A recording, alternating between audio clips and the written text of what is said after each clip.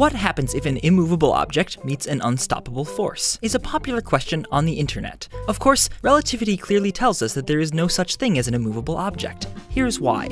If you pick any supposedly immovable object, or just something like your house or the Earth, I can make it move.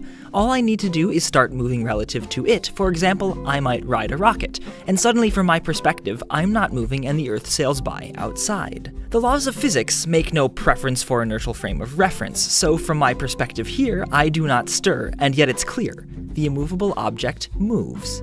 So because of relativity, immovable objects cannot be. But what I think people normally mean by immovable object is something that if it's not moving, you can't make it start moving by pushing on it. So not an immovable object, but an unacceleratable one.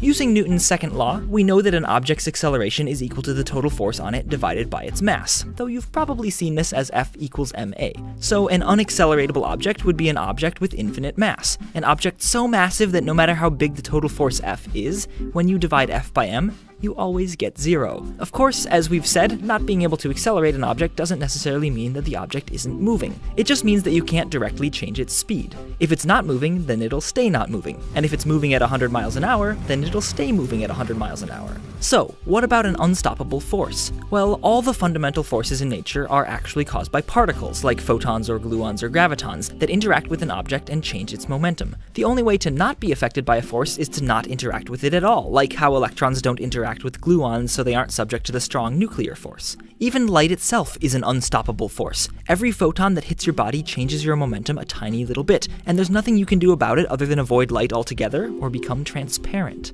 So all forces are already unstoppable. But my impression is that the phrase unstoppable force isn't really meant to imply anything about forces like electromagnetism or gravity, but rather something that you cannot stop from barreling down on you. That is, an object whose velocity cannot be changed, by pushing on it. So if by an unstoppable force we mean an object moving at a speed that can never be changed, then that means the object cannot accelerate. But wait a second, this sounds familiar. Recalling what we learned earlier, an unstoppable force must be an unacceleratable object.